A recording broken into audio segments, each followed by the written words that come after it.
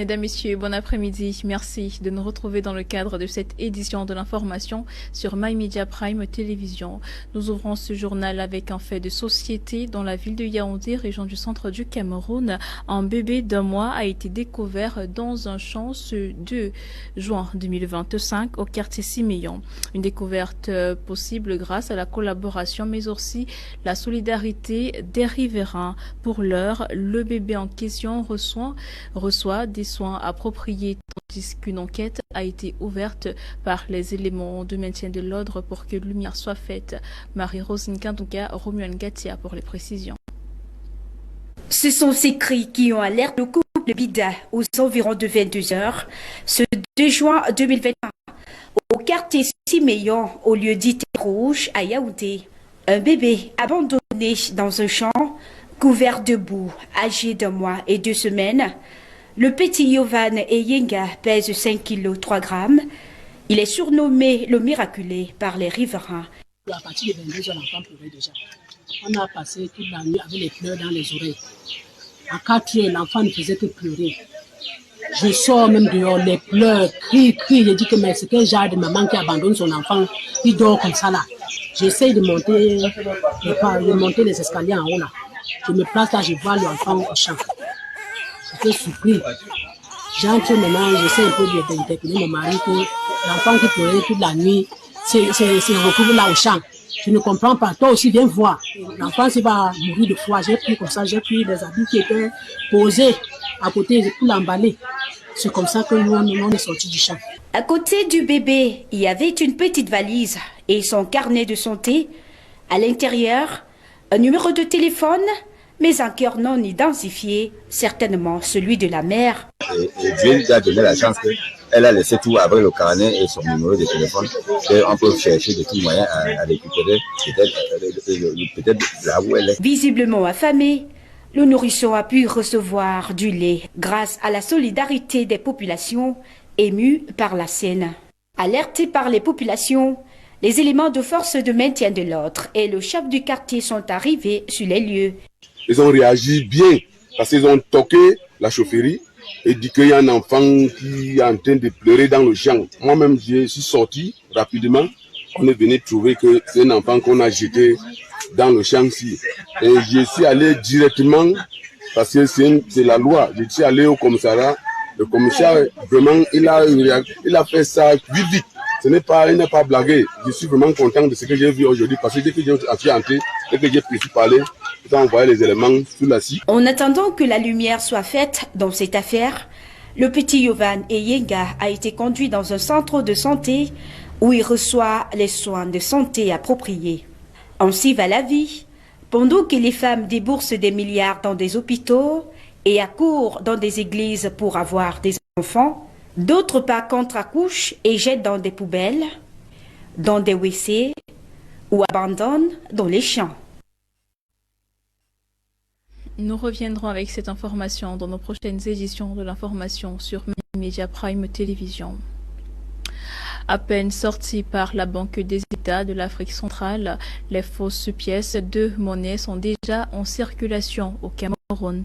Ce 2 juin 2025, les éléments de la gendarmerie de l'arrondissement de Yaoundé 1er ont mis la main sur le cerveau d'un groupe de fabrication de fausses monnaies. Les détails avec Marie-Rose Nkandouka et Romuald Gatia. Si tu crois avoir tout vu, faut venir au Cameroun et tu verras que tu n'as encore rien vu. À peine mise en circulation par la Banque des États de l'Afrique centrale BEAC, les nouvelles pièces de monnaie métallique sont déjà fabriquées au quartier. Seulement, il faut être plus près pour te rendre compte que c'est du faca, une monnaie qui n'existe que dans la tête de ce génie du mal. Comme on le dit en Afrique, 99 jours pour le voleur, un seul jour pour le grand patron.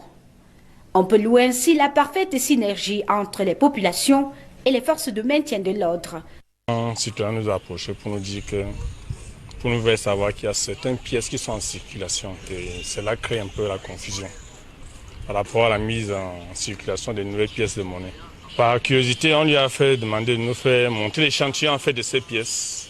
Il nous a fait sortir une pièce de 150 FACA qui est confondue avec la pierre de 200 francs CFA en circulation.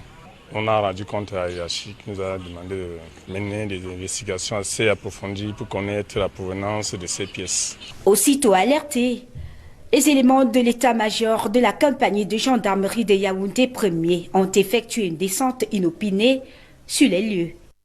On a monté une opération coup de poing qui nous a permis de saisir une certaine quantité de FACA et une opération plus approfondie dans leur bureau situé à la Camer nous a permis d'avoir ce stock qui est derrière. Et à l'issue, le promoteur a été interpellé puisque nous l'avons trouvé sur place. Un acte de bravoure, fruit de cette parfaite synergie, et le grand satisfait du colonel Joseph Nguele, commandant de Légion de la gendarmerie du centre. Je félicite les gendarmes particulièrement pour cette opération où je croyais avoir tout vu, mais je découvre que des Camerounais sont si ingénieux pour aller produire des pièces de monnaie qui ne sont pas le CFA et qui seraient en circulation dans notre cité capitale sur l'axe Yaoundé-Soa. Les petits jeunis, malheureusement, ingénieux au mal. Pour l'heure, le présumé faussaire est dans les mailles de la compagnie de gendarmerie de Yaoundé 1 en attendant d'être présenté aux juridictions compétentes afin de répondre de ces actes ignobles. À la suite de ce reportage de Marie-Rose Nkandonka, mesdames, messieurs, parlant du GECOM édition 2025 qui se tient dans la ville de Yaoundé, région du centre. L'élaboration des partenariats solides Sud-Sud est, entre autres, l'apport recherché au cours des assises tenues dans cette dite ville. Il est également question de mettre en exergue le potentiel et la richesse des communes. Je vous propose à présent d'écouter quelques réactions des maires participants sélectionnés par Jean-Paul Kéban et Serge Biwele. D'autres domaines comme les loisirs, les sports et ainsi de suite qui sont énormes aussi. Donc vous voyez que rien n'est arrêté tant que le Cameroun n'a pas atteint le niveau de développement élevé comme les autres pays qu'on connaît. On peut dire qu'il y a beaucoup à faire. Nous sommes venus dans l'optique d'obtenir de nouveaux partenariats avec tous les pays qui ont été invités ici. Cette année, nous sommes appelés à découvrir les opportunités qu'offre le Maroc. Je pense que nous allons profiter au maximum pour avoir le plus de contrats, de collaboration, de partenariats possibles. Les besoins, c'est beaucoup plus en termes d'enlèvement des ordures ménagères. Vous savez que les communes urbaines au Cameroun, en ce moment, ont des problèmes d'ordures ménagères. On a besoin d'avoir des partenariats dans ce sens-là, des partenariats dans le sens de recyclage de ces ordures-là, puisque ce qu'on a vu dans les pays étrangers, c'est que les ordures ménagères sont une source de richesse. Nous sommes dans une zone agricole et une ville en création, donc nous pensons que l'aménagement du territoire et la production et l'accompagnement des producteurs agricoles serait quelque chose de bien. Et dans la liste des partenaires, nous avons effectivement identifié plusieurs partenaires qui peuvent nous accompagner jusqu'aux partenaires financiers, parce que tout sera aussi à la base d'avoir des possibilités de réaliser les projets chers à nos populations. La commune de Doumentan attend encore d'être happée par la mobilisation des GECOM. Nous avons soumis des projets et nous savons que dans le processus de prise en charge, ça prend du temps. Donc, au niveau de Doumentan, nous n'avons pas encore de bilan par rapport aux éditions du GECOM. La commune de Doumentan est en train de développer en direction des jeunes un projet de 100 cacaoculteurs. Nous sommes en train de les sélectionner et nous pensons que avec l'engouement, le chiffre 100 risque d'être trop modeste. Mais on va commencer par là. Parlant de financement, dans le cadre de l'aménagement urbain, la Banque mondiale approuve un financement de 114,6 milliards de francs CFA pour le Cameroun. La Banque mondiale vient donc d'approuver le déblocage de cette somme d'argent de 100 millions de dollars pour financer le projet de ville résiliente et d'aménagement du territoire piloté par le ministère de l'Habitat et du Développement urbain du Cameroun. Ce projet vise à améliorer l'accès à des infrastructures résilientes face au changement climatique et à renforcer les services d'administration foncière dans des zones urbaines ciblées du Cameroun, comme le précise la Banque mondiale. Ce partenaire financier international explique que la première composante du projet se concentrera sur l'investissement dans des infrastructures urbaines transformatrices et résilientes au changement climatique à Yaoundé et à Douala, accompagné d'un appui technique pour le développement durable des villes camerounaises.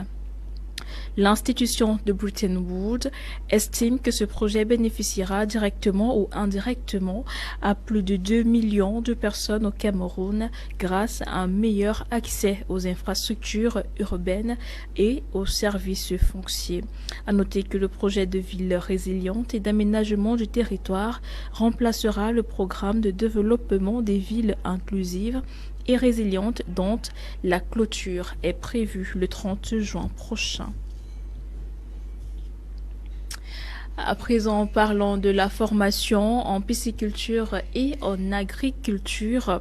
Organisée le 31 mai dernier à l'endroit d'une quarantaine de jeunes du département de l'Océan, cette initiative vise à doter les participants des compétences nécessaires pour l'entrepreneuriat. Awadali Takomusa pour les détails.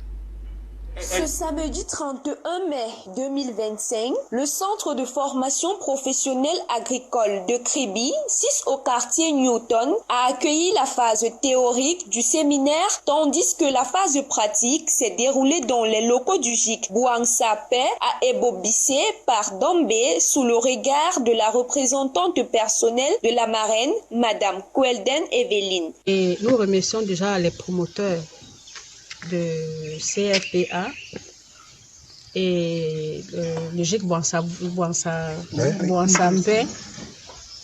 d'accompagner les jeunes dans cette initiative parce que aujourd'hui nous allons désormais avoir beaucoup d'entrepreneurs qui vont se lancer dans des activités agro-pastorales et puis nous allons avoir des entrepreneurs qui désormais vont faire la force de la ville de Kribi qui connaît déjà une très forte croissance et une très grande demande en ce qui concerne la nutrition.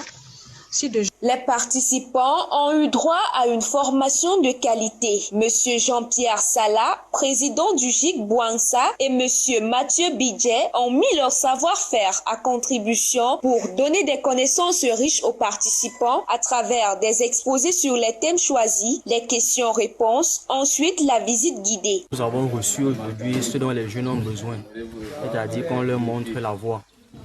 Parce que moi je suis un leader jeune, je suis tout le temps avec les jeunes dans un environnement associatif où les jeunes donnent ce qu'ils ont de mieux pour contribuer au développement de la contrée. Mais il se pose un problème, celui de l'autonomisation des jeunes qui souvent ne trouvent pas de solution dans notre milieu parce que les jeunes manquent de compétences. Et aujourd'hui nous avons été servis par 2 experts dans chacun des domaines qui ont été retenus, à savoir la pisciculture et la culture de la pastèque. Au sortir de ce séminaire, dont tel qu'est le slogan. Au centre de formation professionnelle agricole de Kribi, les apprenants ont su comment cultiver la pastèque d'une manière générale. À Kribi, elle est transportée à Ebobissé. Les séminaristes ont touché du doigt les réalisations de Monsieur Jean-Pierre Sala, les étangs de poissons. Ce dernier a encouragé les jeunes séminaristes à se lancer dans le domaine de la pisciculture car il rapporte malgré les difficultés rencontrées. Ce séminaire va en droite ligne des orientations de notre président de la République, celle du gouvernement, à travers la politique d'import-substitution. Il faudrait que nous produisions ce que nous consommons et que nous consommions ce que nous produisons. Pour cela, nous avons pensé qu'il faille sensibiliser les jeunes pour qu'ils se mettent à l'école de la production d'une des denrées qui deviennent rares à Kribi, le poisson. En remettant les parchemins aux participants devant les délégués de l'emploi et de la formation professionnelle des petites et moyennes entreprises de l'économie sociale et de l'artisanat de l'océan, les initiateurs ont tenu à remercier Madame Véronique Manzoua, élite locale, pour son accompagnement et la réussite de ce séminaire qui a apporté un plus à ces jeunes amoureux de la pisciculture et de la culture de la pastèque.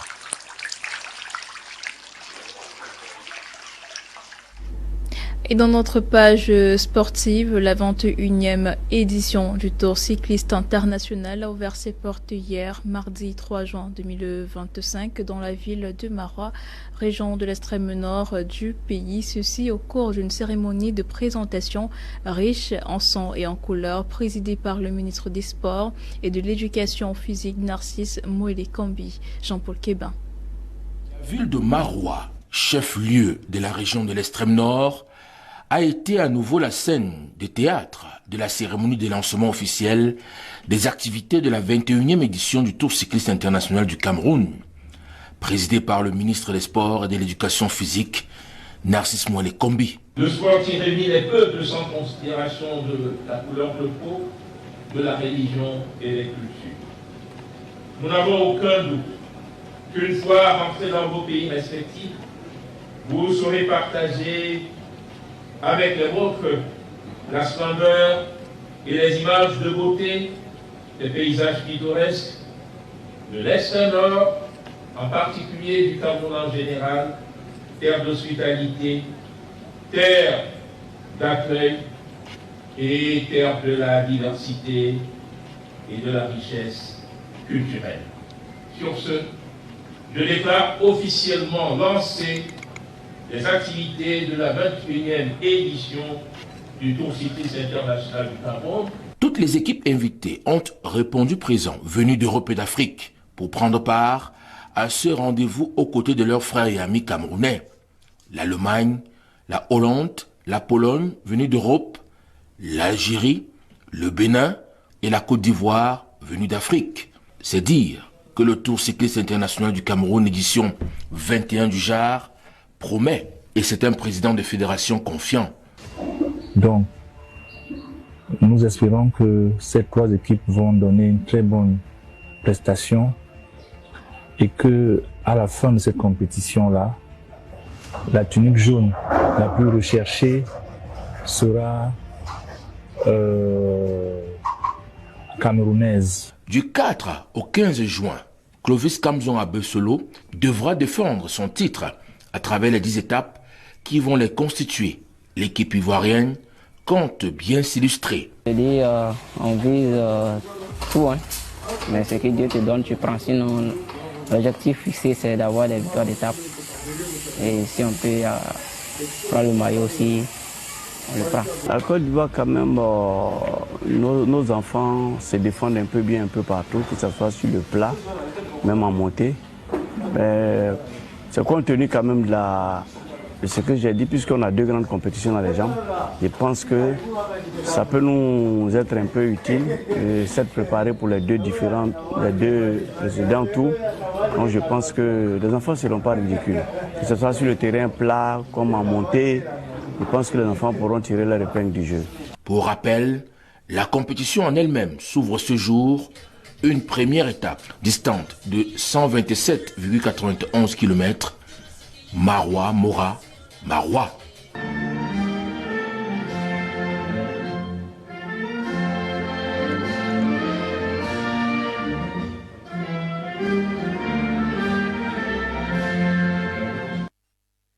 Et c'est parti pour une autre compétition. Il s'agit cette fois-ci de la Coupe du Cameroun, un rendez-vous qui réunit les talents du football camerounais. Le coup d'envoi préliminaire de cette compétition du ballon rond a opposé deux équipes locales de la ville de Ngaoundéré. Belmonzewa. Dès le sifflet initial, l'intensité était palpable. Les deux équipes ont déployé des stratégies offensives et défensives distinctes. Ngaoundéré FC, réputé pour son jeu dynamique, a rapidement mis la pression sur la défense adverse. À la 37e minute, Abdoulaye Baba, portant le dossard 18, a ouvert le score grâce à un centre et une action collective éclatante. Il a décroché une frappe précise, faisant vibrer le stade d'enthousiasme. La rencontre a été âprement disputée, avec des duels physiques dans l'entrejeu et des interventions défensives solides. Malgré l'ouverture du score, les Lions n'ont pas baissé les bras et ont continué à pousser pour rétablir l'équilibre. Ils ont réussi à créer quelques occasions, mais la défense de Ngaoundéré FC est restée résolue et concentrée, neutralisant les tentatives adverses. À la 89e minute, un joueur de Ngaoundéré FC a reçu un carton rouge, obligeant son équipe à terminer la rencontre à 10. Toutefois, cela n'a pas eu d'impact sur le score final. La Coupe du Cameroun, c'est un bonus pour moi. Moi, je suis en train de préparer le championnat régional, donc c'est pour mettre les enfants en jambes. C'était ça le projet. L'objectif de ce match était clair, porter haut les couleurs de la Damawa au niveau national. Avec cette victoire, Ngaoundéré FC a non seulement triomphé, mais a également consolidé son statut de force montante dans le football camerounais. Les prochaines étapes sont très claires. Nous allons jouer contre une équipe très expérimentée, une équipe qui joue en Elite One, Aigle de Mungo. Nous allons nous préparer pour essayer de contrecarrer leur plan. Les supporters galvanisés par cette performance croient à un avenir promoteur pour leur équipe. Nous disons bon vent à Ngaoundéré FC, qu'ils puissent nous représenter le plus loin possible. Parce que nous avons besoin vraiment de ça dans notre région. Ce duel entre les deux équipes locales a une fois de plus mis en lumière la richesse du football dans la région de la Damawa, soutenue par un public fervent. Les joueurs sont déterminés à poursuivre leur chemin dans cette édition de la Coupe du Cameroun, rêvant d'espoirs à venir et de victoires éclatantes sur la scène nationale. Et toujours dans cette page sportive, parlons à présent de la signature d'une convention qui vise à développer le football africain ce mardi 3 juin 2025 dans les locaux de l'Union européenne représentés au Cameroun dans la ville de Yaoundé. Il est question de renforcer la visibilité de l'action de l'Union européenne sur le continent africain. Joseph Bessioto. Le président de la Fédération camerounaise de football, Samuel Eto'o-Fils, a représenté le président de la Confédération africaine de football lors de la signature d'un accord de partenariat avec l'Union européenne. La cérémonie de signature s'est déroulée ce mardi 3 juin 2025 au siège de la représentation de l'Union européenne, sise à Yaoundé au Cameroun. Aux côtés de l'ambassadeur de l'UE au Cameroun, Jean-Marc Chatanier, le président de la FECAFOOT, Samuel Eto'o-Fils, au nom du président de la CAF, Patrice Motsepe, a paraphé l'accord de partenariat qui lie désormais l'UE et la CAF. Le dit accord, d'une durée de 3 ans, a pour objectif de soutenir les programmes de jeunesse de la Confédération africaine de football et contribuer au renforcement de la visibilité de l'action de l'Union européenne sur le continent africain. Cet accord significatif envisage le financement par l'UE des compétitions importantes organisées par la CAF, y compris la Coupe d'Afrique des Nations Unies CAF Total Énergie 2025 et 2027, ainsi que la Coupe d'Afrique des Nations féminines CAF Total Énergie 2024, prévue du 5 au 26 juillet 2025. Il inclut également le championnat africain de football scolaire de la CAF. L'un des aspects cruciaux de ce pacte est l'appui au championnat africain de football scolaire de la CAF qui pourrait concerner jusqu'à 33 000 établissements scolaires à travers le continent africain. Le football devient ainsi un vecteur d'inclusion sociale permettant à des milliers de jeunes de s'épanouir et de rêver à un avenir meilleur. Et l'actualité africaine de ce jour nous conduit tour à tour au Soudan, aux États-Unis d'Amérique et en Corée du Sud avec Joseph Betioto. Au Soudan, une attaque sur un convoi humanitaire a fait 5 morts. Cela s'est passé le soir du 2 juin, près de la ville d'El Fasher, dans la province du Darfour Nord. Le convoi devrait livrer de l'aide à cette ville assiégée par les paramilitaires des forces de soutien rapide quand il a été attaqué. Le convoi comprenait une quinzaine de camions du Programme alimentaire mondial et de l'UNICEF. Il acheminait de l'aide alimentaire et médicale depuis Port-Soudan et était stationné dans la ville d'Al-Koma en attendant l'autorisation de se rendre à El Fasher, à 80 km de là, dans la province du Darfour, au sud-ouest du Soudan, quand il a été bombardé. La tension s'accentue sur les sidérurgistes du monde entier. Donald Trump a signé ce mardi 3 juin au soir un décret qui double, à compter de ce mercredi, les taxes à l'importation sur l'acier et l'aluminium. Elles étaient déjà montées à 25% en mars et grimpent à 50% comme il avait annoncé vendredi. Les industriels européens espèrent encore un nouveau revirement du président américain. L'acier et l'aluminium ont été le premier secteur concerné par les droits de douane voulus par Donald Trump avec l'entrée en vigueur d'une surtaxe de 25% le 12 mars dans la volonté d'afficher, d'inciter aux investissements dans le pays. Ces droits de douane sectoriels appliqués également à l'automobile avant de s'étendre prochainement aux produits pharmaceutiques et aux semi-conducteurs qui sont les seuls à ne pas avoir été bloqués par une récente décision de justice qui a visé les droits de douane appliqués sans distinction. Lee Jae-myung, qui a triomphé à la présidentielle de Corée du Sud mardi, a été investi président aussitôt, sa victoire certifiée mercredi matin. Le dirigeant du centre-gauche doit remettre sur les rails un pays choqué par 6 mois de chaos politique. Une période qui s'est conclue par la destitution de son prédécesseur après 6 mois de profonde crise politique. Cet ancien ouvrier de 60 ans a remporté l'élection avec 49,42% des voix contre 41,15% pour son adversaire de droite Kim Moon-so qui a concédé sa défaite dans la nuit selon les résultats définitifs publiés par la commission. Et voilà qui met un terme à cette édition de l'information. Mesdames, Messieurs, merci de nous avoir suivis. Restez en compagnie de nos programmes qui se poursuivent sur My Media Prime Télévision. Quant à nous, retrouvez-nous demain, même heure, pour une autre édition du journal. D'ici là, portez-vous bien. Excellente soirée.